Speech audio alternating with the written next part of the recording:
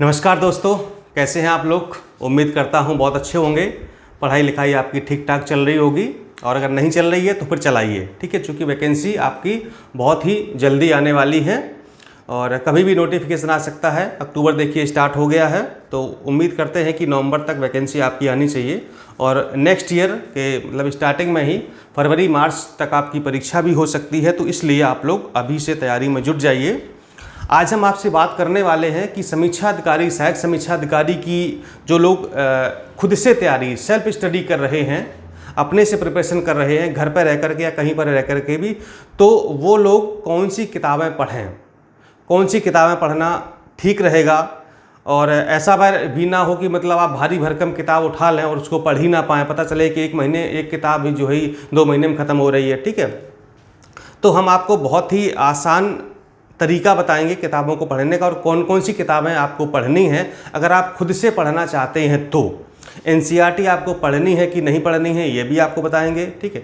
GS में आपको कौन कौन सी किताबें पढ़नी है, हिंदी में आपको कौन कौन सी किताबें पढ़नी है। फिलहाल हमारा फोकस होगा प्रारंभिक परीक्षा के लिए, ठीक है, कि आपको प्रारंभिक परीक्षा अगर पास करनी है तो आप 5 से 6 महीने में आपकी क्या रणनीति होनी चाहिए, किस तरीके से आप इस एग्ज़ाम को क्रैक कर सकते हैं, क्वालिफाई कर सकते हैं। मतलब कि चूँकि 5 से 6 महीने अगर देखा जाए तो बहुत कम है और अगर देखा जाए तो बहुत ज़्यादा भी है, ठीक है। तो वो अपने ऊपर डिपेंड करता है कि हम इन 5-6 महीनों को कैसे यूटिलाइज करते हैं, ठीक है। तो वही चीज़ें आपको बताने वाले हैं। तो पहले तो हम बात करेंगे आपसे सामान्य अध्ययन की, जिसको हम कहते हैं जीएस या जनरल स्टडीज।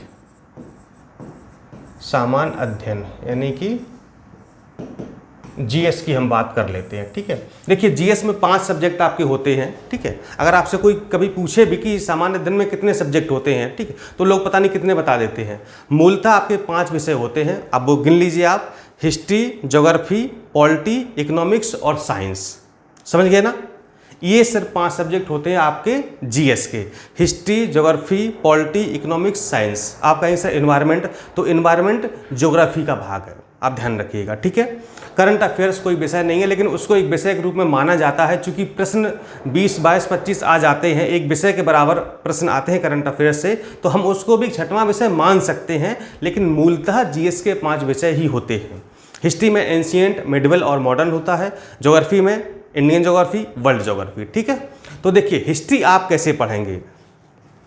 हिस्ट्री के लिए आपको क्या करना है, हिस्ट्री के लिए जैसे कि किताब आती है एक आर.एस. शर्मा की, रामशरण शर्मा की, आप उसको पढ़ सकते हैं, ठीक है। अच्छी किताब है, आसानी से आपको समझ में आ जाएगी। कुछ लोग एस.के. पांडे को भी प्रेफर करते हैं कि एस.के. पांडे पढ़ लिया जाए, लेकिन एस.के. पांडे में देखिए मैंने जो पढ़ा, जो मैंने ऑब्जर्व किया है, गलतियाँ काफ़ी हैं। तो आप उन गलतियों को पकड़ पाएंगे या नहीं पकड़ पाएंगे ये आप पर डिपेंड करेगा, समझ रहे हैं ना। इसके बाद आप बिपिन चंद्र की जो किताब आती है हिस्ट्री की, उसको आप पढ़ सकते हैं। स्पेक्ट्रम आप पढ़ सकते हैं। श्रीमाली झा, हालांकि वो तो मेंस के लिए हो जाती है, लेकिन आप थोड़ा सा अगर आइडिया लेना चाहें तो श्रीमाली झा भी आप पढ़ सकते हैं, ठीक है। बाकी एक किताब आती है किरण पब्लिकेशन की, ठीक है, तो उससे भी आप रिवीजन काफ़ी कर सकते हैं। उसमें तीनों हिस्ट्री दी होती है, एंशिएंट, मिडिवल और मॉडर्न, ठीक है। अब देखिए ये वक्त नहीं है एनसीईआरटी पढ़ने का, चूँकि एनसीईआरटी सारे जो विषय हैं उनको पढ़ने में, और कक्षा 6 से 12 तक की या 8 से 12 तक की पढ़ने में 4 से 5 महीने लग जाते हैं, कम से कम 3 से 4 महीने तो लग ही जाते हैं, ठीक है। लेकिन अगर आप एनसीईआरटी में उलझ जाएंगे तो फिर बहुत दिक्कत हो जाएगी, ठीक है। तो एनसीईआरटी पढ़ने का समय तो आपके पास बिल्कुल भी नहीं है, यानी कि आप इस समय एनसीईआरटी नहीं पढ़ सकते। हाँ, अगर आप मतलब अभी से मान लो आपका ग्रेजुएशन है, आप या मतलब कि अभी से आप तैयारी प्रारंभ किए हैं और 2022 की वैकेंसी फोकस नहीं करना है, आगामी वैकेंसी फोकस करना है, तो फिर आप एनसीईआरटी से अभी प्रारंभ कर सकते हैं। लेकिन अगर आपको 2022 को फोकस करना है या 2023 के पीसीएस को फोकस करना है या आरओ 2022-23 को फोकस करना है, तो फिर आप एनसीईआरटी से अभी बच जाइए, ठीक है। क्योंकि उसमें समय मतलब पढ़ना तो अच्छी बात है, लेकिन समय बहुत लग जाएगा आपका, ठीक है। ऐसे अगर पॉलिटी की बात की जाए तो लक्ष्मीकांत एक बेस्ट बुक मानी जाती है, पॉलिटी कोई तोड़ नहीं है इसके अलावा, ठीक है। हालांकि डी बसु, दुर्गादास बसु किताब भी अच्छी, लेकिन उसको इंग्लिश से हिंदी में ट्रांसलेट किया गया तो भाषा थोड़ी सी टफ हो जाती है, मतलब थोड़ी क्लिष्ट भाषा है, तो समझने में दिक्कत होती है। हालांकि हम तो कई बार उसको पढ़े हैं, ठीक है। सुभाष कश्यप की बुक आती है पॉलिटी की, उसको भी आप आसान पढ़ सकते हैं, पतली सी है, आसान भाषा है, पढ़ सकते हैं, ठीक है। लेकिन लक्ष्मीकांत बेस्ट रहेगी, लेकिन किताब काफ़ी मोटी है, मुझे लग रहा है 800-900 पेज तो होंगे कम से कम उसमें, ठीक है। अब तो उसका नया एडिशन भी आ गया है तो और थोड़ी सी मोटी हो गई है, थोड़ा टाइम लग जाएगा उसमें, ठीक है। वही कि उसमें थोड़ा आपको सेलेक्टिव स्टडी करनी पड़ेगी कि मतलब कैसे आप चुनिंदा चीज़ों को जो परीक्षा की दृष्टि से उपयोगी हैं, आने वाली हैं, उनको आप पढ़ पाएँ, ठीक। अगर हम ज्योग्राफी की बात करें तो आप महेश बरनवाल को नो डाउट आप पढ़ सकते हैं, ठीक है। तो उसमें आपको जो है इंडियन ज्योग्राफी, वर्ल्ड ज्योग्राफी दोनों चीज़ें मिल जाएंगी, ठीक है। इसके अलावा भी ज्योग्राफी में कई सारी किताबें, जैसे कि पेरियार की एक किताब है, उसको आप पढ़ सकते हैं, एनसीईआरटी बेस्ड है। और इसके बाद फिर आप माजिद हुसैन, डीआर खुल्लर, ये थोड़ा सा मतलब बड़े स्तर की हो जाएंगी। हालांकि मैंने तो सब पढ़ी हुई हैं, चूँकि मेंस दिया था तो सब कुछ पढ़ना पड़ा था, लेकिन वो थोड़ा सा मेंस के पर्पज़ से हो जाती हैं, ठीक है। लेकिन जब उन किताबों को आप पढ़ लेते हैं ना, तो फिर प्री में मतलब कोई चांस नहीं रहता, मतलब प्री तो 100% होना ही होना होता है। लेकिन उनको डीआर खुल्लर या माजिद हुसैन को पढ़ना थोड़ा आपको समय चाहिए और धैर्य चाहिए उसको पढ़ने के लिए, ठीक है। तो इस समय तो पढ़ना ठीक नहीं है, तो आप महेश बरनवाल से काम चला सकते हैं, ठीक। इसके अलावा इकोनॉमिक्स में, अब देखिए इकोनॉमिक्स में क्या है ना, इकोनॉमिक्स में एक एस.एन. लाल की किताब आती है, ठीक है, और दत्ता एवं सुंदरम एक किताब आती है, रमेश सिंह की भी एक किताब आती है, ठीक है।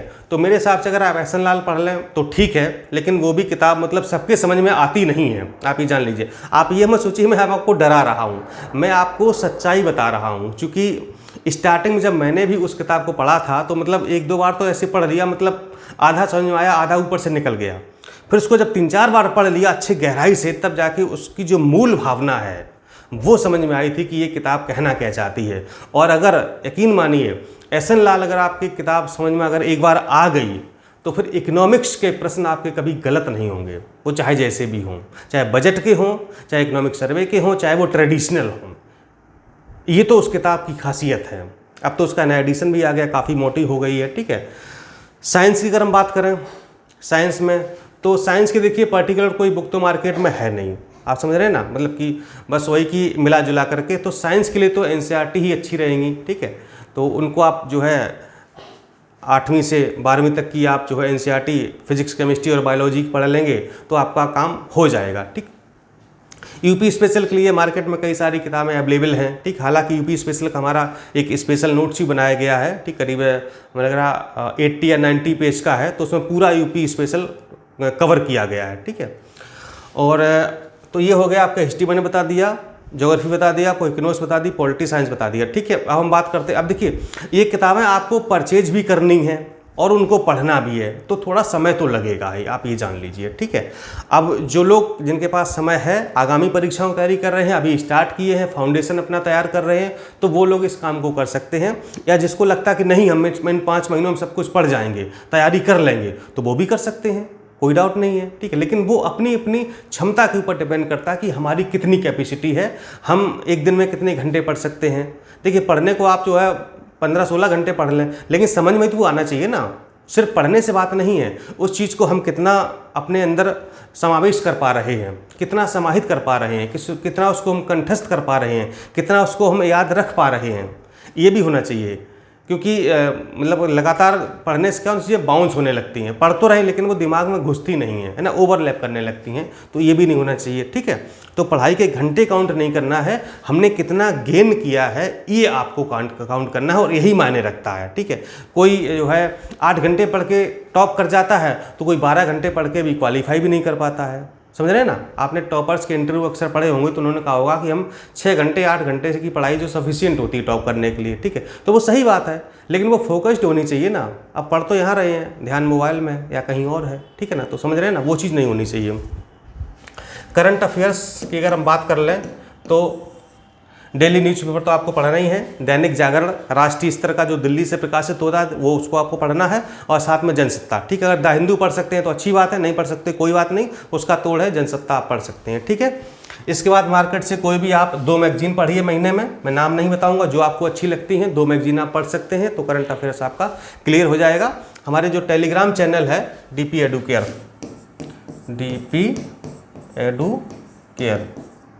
ठीक है, ये टेलीग्राम चैनल है, इसको आप लोग ज्वाइन कर लीजिए। तो यहाँ पर आपको डेली 10 क्वेश्चन करंट अफेयर्स के मिलते हैं, ठीक, ऑब्जेक्टिव हैं, हिंदी इंग्लिश दोनों में व्याख्या सहित मिलेंगे आपको, ठीक है। तो 10 क्वेश्चन आप मतलब उसकी प्रैक्टिस भी कर सकते हैं। डेली 10 क्वेश्चन आपको मिलेंगे, महीने में आपके 300 क्वेश्चन हो जाएंगे, ठीक है। तो ये टेलीग्राम चैनल जाकर के आप लोग ज्वाइन कर लीजिए इसको, ठीक है।